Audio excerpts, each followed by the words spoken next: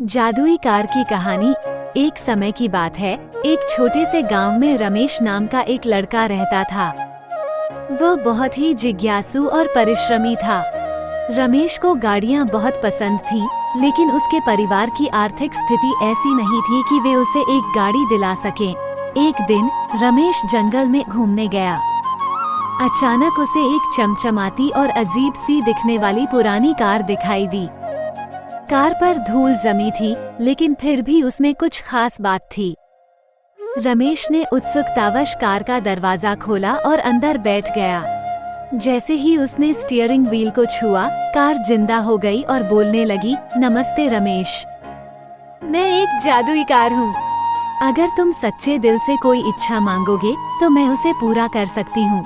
रमेश पहले तो हैरान रह गया, लेकिन फिर उसने सोचा कि क्यों न एक बार इसे आजमाया जाए। उसने कार से कहा, मैं चाहता हूँ कि मेरे परिवार को कभी पैसों की कमी न हो। जादुई कार चमकने लगी और बोली, तुम्हारी इच्छा पूरी हो गई है। अब जब भी तुम्हारे परिवार को पैसे की जरूरत होगी, ये कार तुम्हारी मदद करेगी। रमेश कार को लेकर घर आया और अपने माता पिता को सारी बात बताई।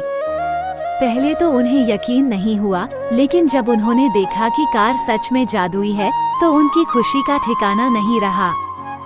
अब रमेश का परिवार कभी किसी चीज की कमी महसूस नहीं करता था। वे अपने गांव के सबसे खुशहाल और समृद्ध परिवार बन गए। रमेश ने इस जादुई कार का उपयोग कभी स्वार्थ के लिए नहीं किया। उसने गांव के अन्य जरूरतमंद लोगों की भी मदद की।